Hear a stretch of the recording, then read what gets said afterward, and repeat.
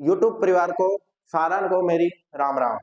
आज जो भर्ती लेके आया हूँ, उस भर्ती में सबसे खास बात तो ये उन महिलाओं के लिए है जो अपने घर का और जॉब दोनों, यानी अगर जो जॉब कर सकती है वो घर नहीं संभाल पा रही, घर नहीं संभालती है तो वो जॉब नहीं कर पा रही, मतलब बहुत सी प्रॉब्लम्स आती हैं, करते हैं लेकिन एडजस्टमेंट। लेकिन अब इस भर्ती में आपके पास क्या है, आपके ही वार्ड, आपके ही गांव, आपके ही शहर, आपको कहीं पर भी जाने की जरूरत नहीं। दूसरा, ड्यूटी टाइम आपका 9 बजे से लेके 2 बजे तक, यानी सुबह 9 बजे तक आप कंप्लीट अपना काम कर सकती हैं। दूसरा, शाम को 2 बजे के बाद में आप एकदम फ्री हैं, और न इसमें ज्यादा कोई वर्कलोड है, न इसमें आपको पढ़ाई करनी है, क्योंकि ये सिर्फ आपके पास कोई भी इसमें एग्जाम नहीं होगी। और एग्जाम नहीं होगी तो सिलेक्शन किस बेस पे होगा, इस वीडियो को अंत तक आराम से देखिए। हर पॉइंट पे मैं बात करूंगा कि आपका सिलेक्शन किस बेस पे होगा, कैसे होगा, आपको कौन कौन से डॉक्यूमेंट लगाने हैं, कौन से डॉक्यूमेंट के कितने नंबर मिलेंगे। ये आपके 18 जिलों में निकली है, और 18 जिलों में निकली है, सभी की डेट है, तो उससे पहले आप अप्लाई कर सकते हो। मैं बताऊंगा कि आपको कौन सा जिले को कहाँ पे करना है, कि आपके पास डब्ल्यूबीसी ऑफिस कहाँ पे है। और अगर खास करके जो दोनों डिस्ट्रिक्ट से है, सभी में एक ही नोटिफिकेशन है कि सेम आपके पास क्वालिफिकेशन है, सेम सिलेक्शन प्रोसेस है, तो वो आप कंप्लीट इस वीडियो में देख लो। बाकी फिर भी आपको चाहिए कि आपके किसी अदर, मान लो झुंझुनू जिले से अलग में हो आप, तो और आपको चाहिए कि मेरे को मेरा जिले का पता होना चाहिए, तो मेरे पास कमेंट बॉक्स में डाल देना, और कमेंट बॉक्स में मैं आपको कंप्लीट वो जो जिस डिस्ट्रिक्ट की मांगोगे वो डिस्ट्रिक्ट बताऊंगा, मैं इसमें कौन से 18 जिलों में निकली है वो मैं आपको पीडीएफ अवेलेबल करवा दूंगा। ठीक है, तो कोई टाइम वेस्ट बिना किए मैं आपको बताता हूँ कि आपके पास जो निकली है वो राजस्थान आंगनबाड़ी भर्ती 2024 है। नए जिलों का नोटिफिकेशन भी जारी हो गया है। इसमें जो नए जिले बने हैं उनमें भी क्या है, भर्ती का नोटिफिकेशन है। आपके पास क्या है, सभी जिलों में बिना परीक्षा भर्ती, ये कह रहा है कि सभी जिलों में क्या है, बिना परीक्षा भर्ती, यानी आपके इसमें कोई भी आपकी क्या नहीं होगी, एग्जाम नहीं होगी। इसमें आपके पास क्या नहीं होगी, कोई भी एग्जाम नहीं होगी। गांव में ही नौकरी मिलेगी, यानी आपको क्या है कि गांव में हो, और तो आपका अगर शहर में हो तो शहर में मिलेगी, जिस वार्ड में आप हो उसी वार्ड में आपको नौकरी मिलेगी, यानी आपको दूर कहीं पर भी जाना की जरूरत नहीं है। तो आपके पास क्या रहेगा, घर में ही रहोगे, और नौकरी जो जॉब का टाइम है वो 9 बजे से लेके लगभग 2 बजे तक रहता है, तो वो टाइम भी आपके लिए सुटेबल है। चलो आगे देखते हैं। दूसरा कहा है कि योग्यता 10वीं पास है। देखो इसमें 10वीं पास का ही नहीं, अगर अगर आपके पास ऊपर क्वालिफिकेशन और भी है, जैसे 12वीं है, ग्रेजुएशन है, किसी एमकॉम कर रखी है, बीएड कर रखी है, किसी ने एमएससी कर रखी है, तो उन्हें सभी कागजात डॉक्यूमेंट्स हैं, उनके नंबर मिलते हैं सिलेक्शन। सिलेक्शन इसी बेस पे होगा कि आपकी क्वालिफिकेशन क्या है। ये जो क्वालिफिकेशन दी है ये आपको ये दिया है कि आपको 10वीं पास तो होना ही होना चाहिए। इसमें अलग अलग है, जैसे विधवा है, जो जिनके तलाक हो चुके हैं, तलाकशुदा हैं, उनके भी आपको क्या है, वो भी इसमें अप्लाई कर सकते हैं, क्योंकि उनको इसके एक्स्ट्रा नंबर मिलते हैं, बोनस अंक होते हैं इसके, इस भर्ती के अंदर। ठीक है, तो ये कंप्लीट मैं इसके अंदर बताऊंगा। तो आपके पास देखो नेक्स्ट क्या दिया है, आंगनबाड़ी में 10वीं पास के लिए बिना परीक्षा की नहीं भर्ती है, राजस्थान आंगनबाड़ी रिक्वायरमेंट 2024। देखो क्या दिया, आंगनबाड़ी में 10वीं पास के लिए बिना परीक्षा नहीं भर्ती। आंगनबाड़ी में 10वीं पास के लिए बम्पर पदों पर विभिन्न जिलों में नई भर्ती का नोटिफिकेशन जारी हो गया। ठीक है, ये आपका नोटिफिकेशन है, और तिथि अलग अलग रखी गई है, यानी ये कहना चाह रहा है कि जो 18 जिलों में जिनमें भर्ती निकले, जिसमें नए जिले भी हैं, आप अपना जिला भी देख लेना कि उसमें जिला आता है या नहीं आता।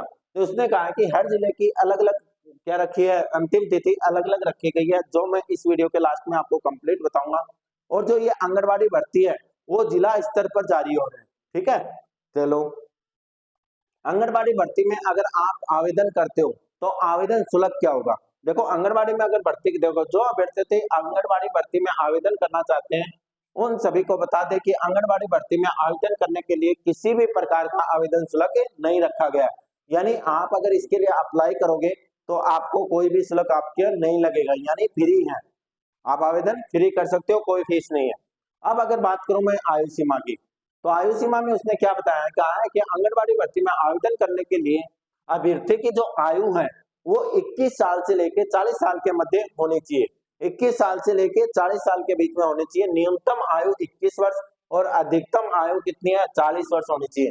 लेकिन अगर आपकी 40 से भी ज्यादा है और आप अगर किसी अदर कैटेगरी में हो, जैसे आपको जनरल को छोड़ के ओबीसी SC ST अगर कैटेगरी में हो तो राजस्थान सरकार या राजस्थान गवर्नमेंट के अनुसार जो आपको एज में छूट मिलेगी, यानी 3 साल की, अगर ओबीसी में हो तो आपको 3 साल की, SC या ST में हो तो 5 साल की, यानी अगर ओबीसी में हो तो आप 43 साल तक अप्लाई कर सकते हो, और अगर आप ST या SC में हो तो आप 45 साल तक अप्लाई कर सकते हो।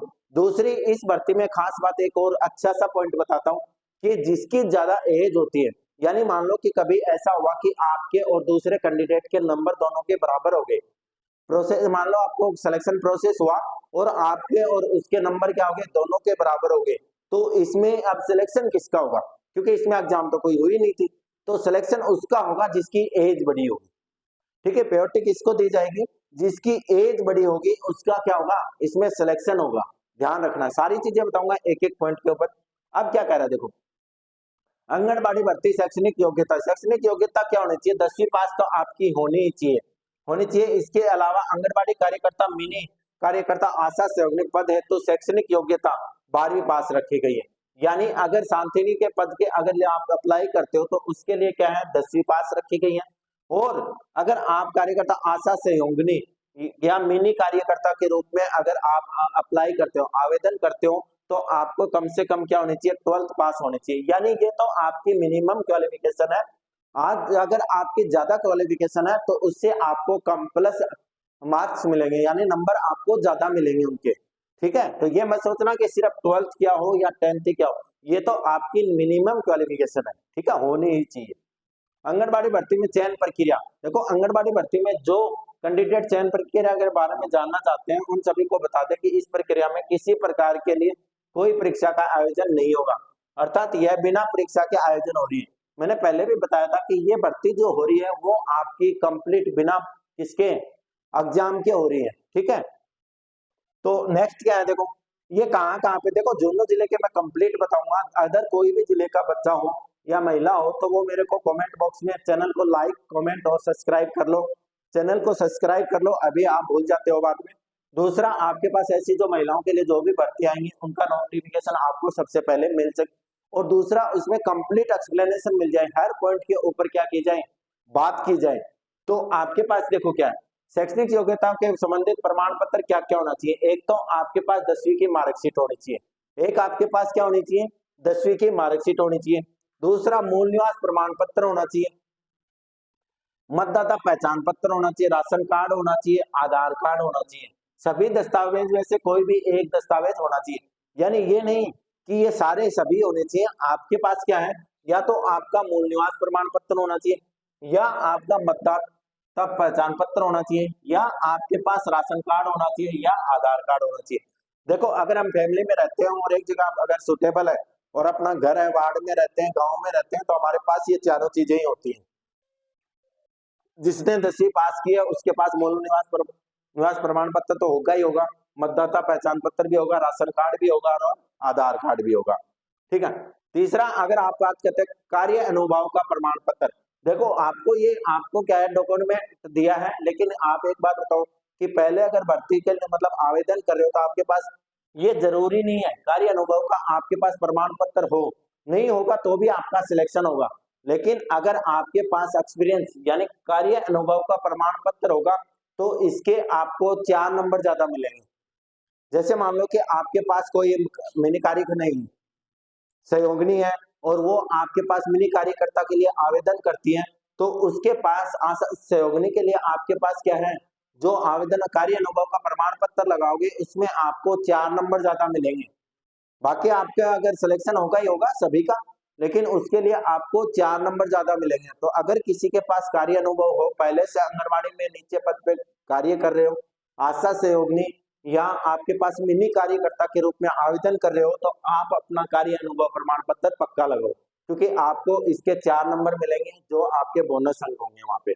ठीक है, RSCIT का परीक्षण प्रमाण पत्र, देखो मैं इसके साथ साथ में वो भी बता देता हूँ कि आपको मतलब किस हिसाब से डिवाइडेशन का मिलेगा, एग्जैक्ट नहीं है लेकिन लगभग है। हर पॉइंट का मैंने कहा ना कि क्लियर करके चलते हैं। तो आपको क्या कहा है, देखो ये तो आपके पास हो गया 10th की अगर मार्कशीट लगाओगे आप तो आपको इसके 2 नंबर मिलेंगे, एग्जैक्ट नहीं है बेटा, गवर्नमेंट है सरकार है ये कैसे भी बदलती रहती है, लेकिन जहां तक मैं आपको थोड़ा इसके बारे में मतलब बता देता हूँ कि हाँ आइडिया हो जाए आपको कि ये है।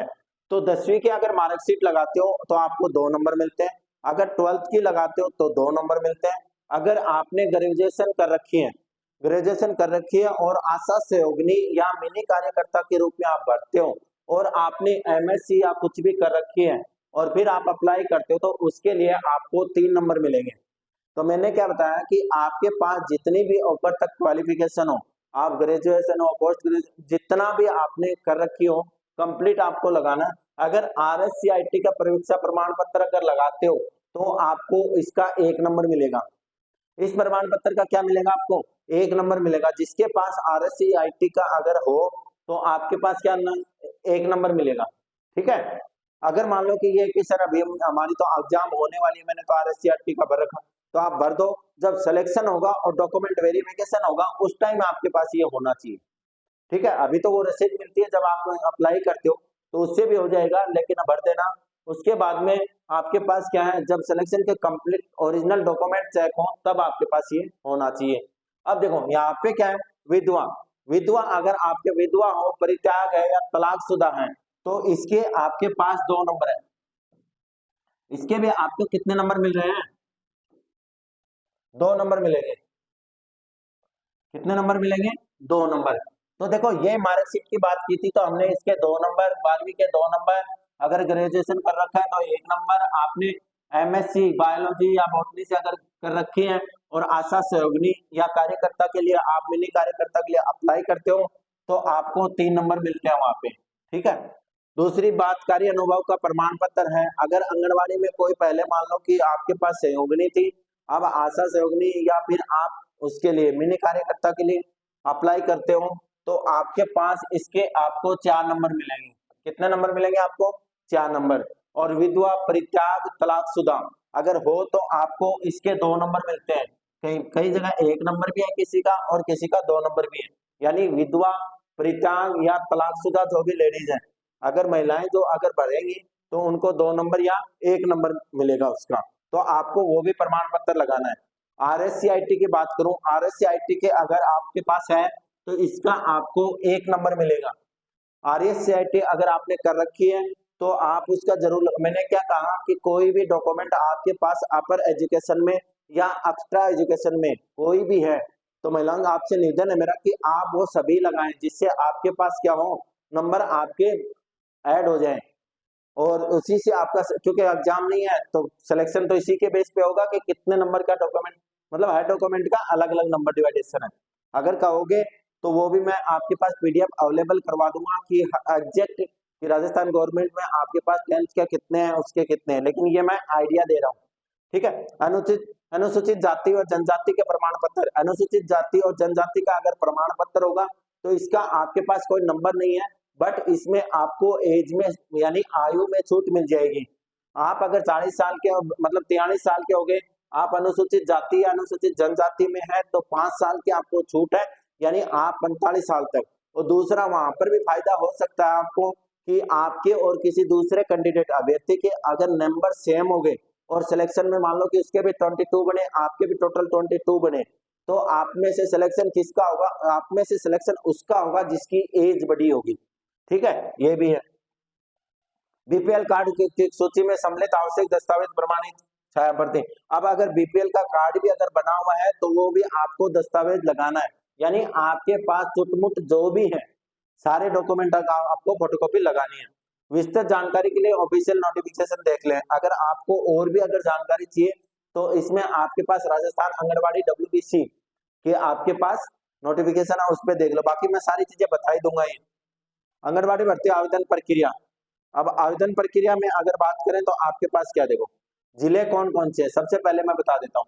चूरू जिला है, हनुमानगढ़ है, बांसवाड़ा है, डूंगरपुर है, दौसा है, बाड़मेर है, कोटा है, अजमेर है, राजसमंद है, झुंझुनू है, सिक्कर है, जयपुर है, टोंक है, बीकानेर है, धौलपुर है और जैसलमेर है।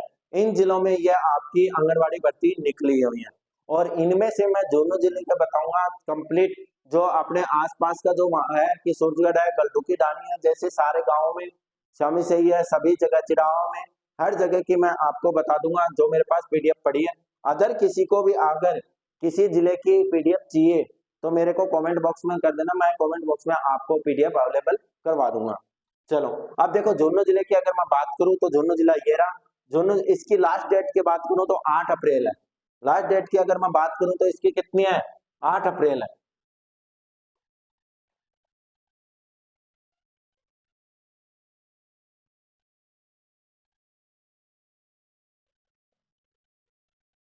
ठीक है, कितनी है, 8 अप्रैल। तो झुंझुनू जिले के 8 अप्रैल से पहले आपको आवेदन करना है। अब मैं थोड़ा पास की बात अगर करूं, सूरजगढ़ की अगर मैं बात करूं तो सूरजगढ़ में आपके पास लोहारू रोड के ऊपर है जो आपका भारतीय स्वास्थ्य केंद्र जो है शायद कुमारों के पास में, वहां पे आपको ये जमा करना है, वहां पे हेड ऑफिस है इसका। ठीक है, तो आपके पास क्या है, झुंझुनू झुंझुनू में 8 अप्रैल से पहले आपको आवेदन करना है, आपके कंप्लीट डॉक्यूमेंट लगाने, 4 आप अपनी पासपोर्ट साइज फोटो ले जाना वहां पे। ठीक है, और वहां पे जमा करा देना। ठीक है, अब अब यहाँ पे देखो कि आपके पास कहाँ पे क्या भर्ती है, बात है वो कि कौन सी भर्ती कहाँ पे क्यों, कौन से काम कितनी है, तो वो अपने पास आएगा। देखो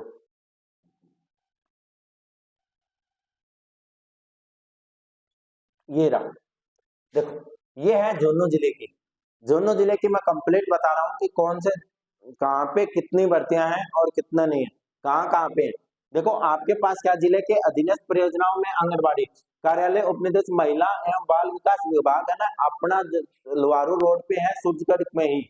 लोहारू रोड पे आगे जाते हो तो थोड़ा सा जहाँ पे आपके पास तिराहा जो शहीद मूर्ति है उसी के पास में है। ठीक है, सूरजगढ़ जी। तो कार्यालय उपनिदेशक महिला एवं बाल विकास विभाग झुंझुनू जिले के अधीनस्थ परियोजनाओं में आंगनबाड़ी कार्यकर्ता, मिनी आंगनबाड़ी कार्यकर्ता, सहायिका के स्वैच्छिक मानदेय सेवा के रिक्त पदों हेतु संबंधित परियोजना के कार्यालय में आवेदन पत्र आमंत्रित किए जाते हैं। रिक्त पदों हेतु पदवार आंगनबाड़ी केंद्रों के नाम, कौन से आंगनबाड़ी केंद्र पे कितने पद है, देखो आपके पास क्या परियोजना है, रिक्त क्या है, झुंझुनू। अगर झुंझुनू की मैं बात करूं, झुंझुनू में सहायिका की बहुत खाली है, जाखड़ों का बास, झुंझुनू में जाखड़ों का बास, रेबारियों की डाणी बुडाना, और जयपाड़ी में एक है, और इंडाली में एक है, और खतेपुरा खतेपुरा में है। अब बात आ जाता हूं मैं सूरजगढ़ में। अब किसकी बात करते हैं, सूरजगढ़ की। तो सूरजगढ़ की अगर मैं बात करूं तो देखो सूरजगढ़ में सहायिका की रूपपुरा, गलडू की डाणी यानी गलडू, गलडू की डाणी यानी गलडू में आपके पास आंगनबाड़ी में वैकेंसी खाली है। श्यामियों की डाणी, लिखवा, डंडारिया और देवरोड, यहाँ पे क्या है आपके पास वैकेंसी है, किसकी, सूरजगढ़ में सहायिका की वैकेंसी खाली है। ठीक है, तो आपके पास कौन कौन है, सहायिका रूपपुरा, गलडू की डाणी, गलडू यानी श्यामियों की डाणी, और डंडारिया और देवरोड में। अब बात करूं बुहाना की, बुहाना में सहायिका की डाणी बराला मेनाना, सावण सावण की डाणी, लाडी का बास, बसावता कला में भी आपके पास सहायिका की वैकेंसी खाली है। उदयपुर वाटी, अगर उदयपुर वाटी की बात करूं तो सहायिका बोडकी में 10, शिवरानी बालाजी का डूंगरपुर नागल 10, 5, बाटावाली डाणी, देवी सिंह वाला पापड़ा सॉरी ककराना 7, दीपपुरा, उदयपुर वाटी वार्ड नंबर 15, उदयपुर वाटी में वार्ड नंबर 15 में। फिर आपका आ गया नवलगढ़, नवलगढ़ में आपके पास सहायिका की भर्ती है, टोंक ढाका की डाणी, मिलों का बास। चैनल को सब्सक्राइब कर लो, अब रोज आपके पास, क्योंकि बोर्ड एग्जाम खत्म हो गई है, अब सिर्फ और सिर्फ आपके पास भर्तियों की नोटिफिकेशन और जो आपके पास मैथ के क्वेश्चन है, एसएससी हो गई, एयरफोर्स हो गई, इन्हीं के क्वेश्चन आएंगे। तो आप चैनल को सब्सक्राइब कर लो, जिससे आपके पास बच्चों के लिए भी अच्छा है कि हर भर्ती का आपको कंप्लीट नोटिफिकेशन आपको समझाया जाएगा। ठीक है, खेतड़ी, खेतड़ी में आपके पास सहायिका है ढाणी चमारा, तातीजा अनुसूचित जाति हेतु आरक्षित है, यानी यहाँ पे तातीजा जो है उसमें आपके पास सिर्फ अनुसूचित जाति हेतु है, डाणी नौलखा और मंगलिया की डाणी। ठीक है, अब बात करते हैं चिड़ावा की। चिड़ावा में भी आपके पास जो सहायिका की है, अंबेडकर बस्ती मालेगांव, अंबेडकर बस्ती मालेगांव में अनुसूचित जाति हेतु आरक्षित है, यानी इसमें आपके पास अनुसूचित जाति के लिए ही आरक्षित है, उसी को भवानीपुरा यहाँ पे क्या है, भवानीपुरा, तारा का बास, भवानीपुरा, तारा का बास और बागपुरा। तो चिराव में यहाँ पे अल्सीसर, साइका, राणो का बास, अशोकनगर, रामसिंहपुरा और भारू का बास। ये है आपके झुंझुनू जिले में जहाँ पे साइका की वैकेंसी खाली है। अब नेक्स्ट देखते हैं जो अब यहाँ पे देखो, ग्रामीण क्षेत्र में महिलाएं जिस आंगनबाड़ी केंद्र के लिए चयन हो रहा है उसके राजस्व ग्राम तथा संबंधित आंगनबाड़ी के केंद्र परिषद के वार्ड के स्थायी निवासी होना चाहिए। इससे मतलब शॉर्ट में क्या कहना चाहता है कि जिस आंगनबाड़ी में आप भर्ती होना चाहते हो आप उसी वार्ड, उसी गांव या स्थानीय वहीं की होनी चाहिए। ठीक है, प्रयुक्त महिलाओं को ससुराल व मायके दोनों स्थान के लिए यथानुसार स्थायी निवासी माना जा सकेगा। यह कह रहा है कि विधवा है या तलाकशुदा है या परित्यक्त महिला को ससुराल व मायके दोनों स्थान के लिए यथानुसार स्थानीय निवासी माना जाएगा। यानी आपके कई बार क्या होता है महिलाओं के लिए मतलब जैसे तलाक हो जाता है, परिशुदा हो जाता है या फिर आपके पास क्या है विधवा है, तो उनके लिए क्या है कि ससुराल और उसमें मायके में दोनों का स्थानीय माना जाएगा उसको आंगनबाड़ी में। ठीक है, अब क्या है, आंगनबाड़ी कार्यकर्ता, मिनी कार्यकर्ता और सहायिका के पद चयन हेतु न्यूनतम शैक्षणिक योग्यता 12वीं उत्तीर्ण होना आवश्यक है। कह रहा है कि आंगनबाड़ी कार्यकर्ता, मिनी आंगनबाड़ी या सहायिका के लिए न्यूनतम आपके पास क्या होनी चाहिए, 12वीं पास होनी चाहिए। और मैंने कहा ना कि ऊपर की अगर क्वालिफिकेशन है तो आपको अपने डॉक्यूमेंट की फोटोकॉपी जरूर लगानी है। आवेदन हेतु विवाहित या अविवाहित महिला दोनों पात्र होंगे।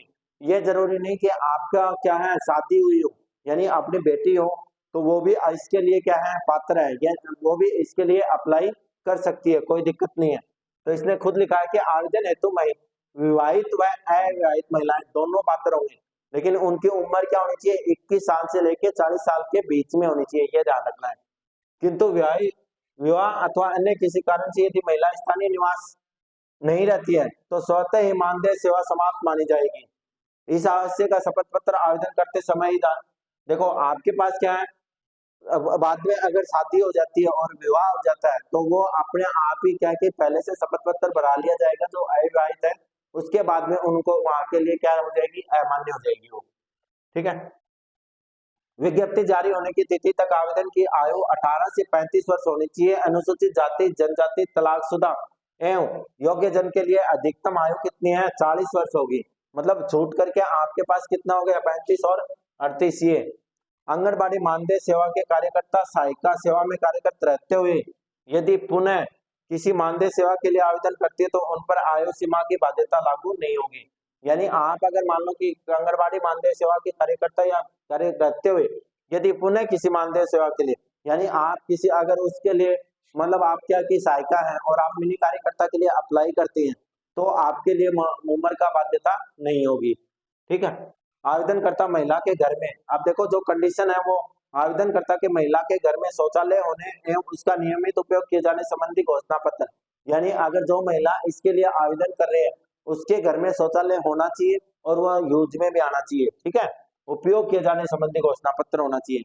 विधवा हेतु प्रमाण पत्र के रूप में पति की मृत्यु का प्रमाण पत्र तथा आवेदन में पुनर्विवाह नहीं करने की घोषणा का अंकन आवश्यक होता है।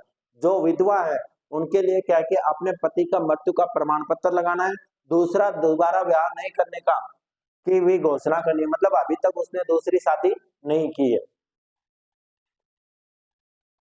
तलाकशुदा की स्थिति में सक्षम न्यायालय से जारी डिग्री आदेश की प्रति, यानी अगर आपका तलाक हुआ तो आपको पता है कि तलाक घर में तो हुआ नहीं है, अगर आपका तलाक हुआ है तो आपके पास क्या है न्यायालय से आपको डिग्री मिली होगी या कोई भी डॉक्यूमेंट मिला होगा प्रति अथवा पुनर्विवाह नहीं करने की घोषणा का अंकन आवश्यक है।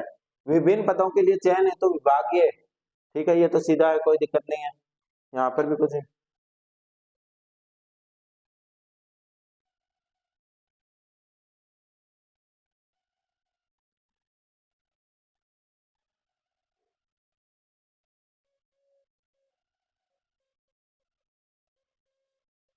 राजस्थान राज्य से विभिन्न राज्यों के राजस्थान राज्य से विभिन्न राज्यों के अनुसूचित जाति, अनुसूचित पिछड़ा वर्ग, यानी आप राजस्थान में क्या क्या अभी वो ज्यादातर राज्य से थे और यहाँ पे आके बस गए और रहने लगे तो उनको क्या माना जाएगा, व्यक्तियों को सामान्य वर्ग में यानी जर्नल में समझा जाएगा।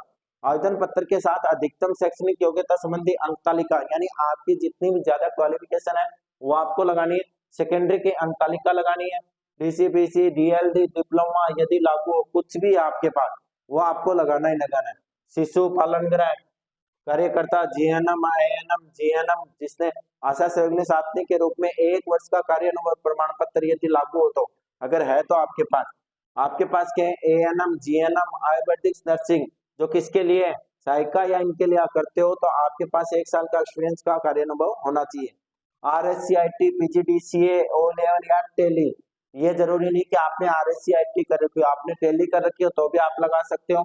ओ लेवल की अगर आपने कंप्यूटर ओ लेवल कर रखा है तो भी आप लगा सकते हो। पीजीडी 100% लगाना, क्योंकि इसके आपको नंबर मिलेंगे सिलेक्शन के अकॉर्डिंग। विधवा तलाकशुदा का प्रमाण पत्र यदि इत्यादि दस्तावेज 100%, मतलब वो उसको क्या है, किसी से अलग से अटेस्टेड नहीं करवाना है, सिर्फ खुद के साइन करने हैं। ये तो चलो वैसे ही है, ठीक है।